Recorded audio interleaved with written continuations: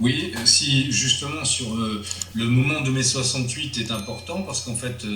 dans tout l'Occident cette période va être marquée par les soulèvements étudiants qui là déjà vont comment dire, cochent beaucoup de cases de ce qu'on pourrait appeler des pré-révolutions de couleur, surtout en France face au général de Gaulle. Donc là effectivement j'ai consacré tout un partie de la nouvelle partie de mon livre à ça et j'ai repris certains de ces arguments sur un article qui est un dossier qui est disponible sur Strategica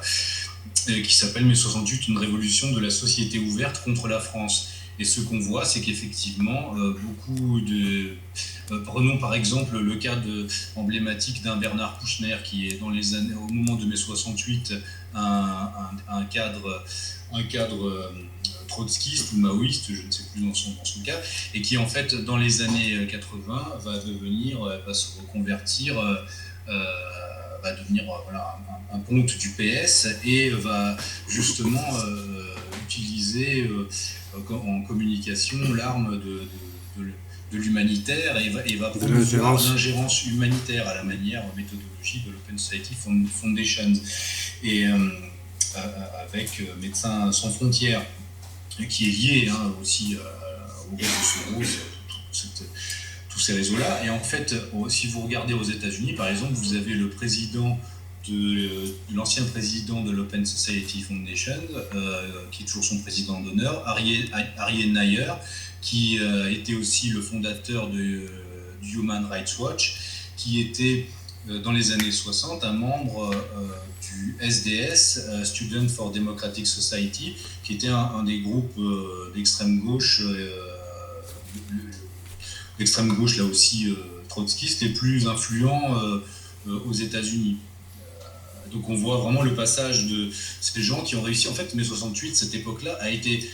non seulement, par exemple en France, une révolution pour faire tomber le général de Gaulle et passer à une nouvelle forme de société, en jouant justement la carte de la société civile contre l'État. C'est ça en fait que fait la méthodologie de la société ouverte, c'est utiliser la société civile sous ses différentes formes contre l'État pour défaire les prérogatives des États-nations et installer de nouvelles formes de gestion des populations qu'ils appellent gouvernance, qui en fait s'apparente tout simplement à une gouvernance des multinationales. En fait. Donc cette révolution de mai 68 ne fut non seulement révolution contre le vieux monde d'une nouvelle génération, mais aussi la prise de pouvoir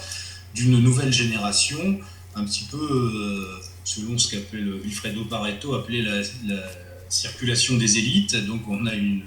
des nouvelles élites qui ont pris le pouvoir et qui le gardent depuis, qui elles maintenant empêchent par contre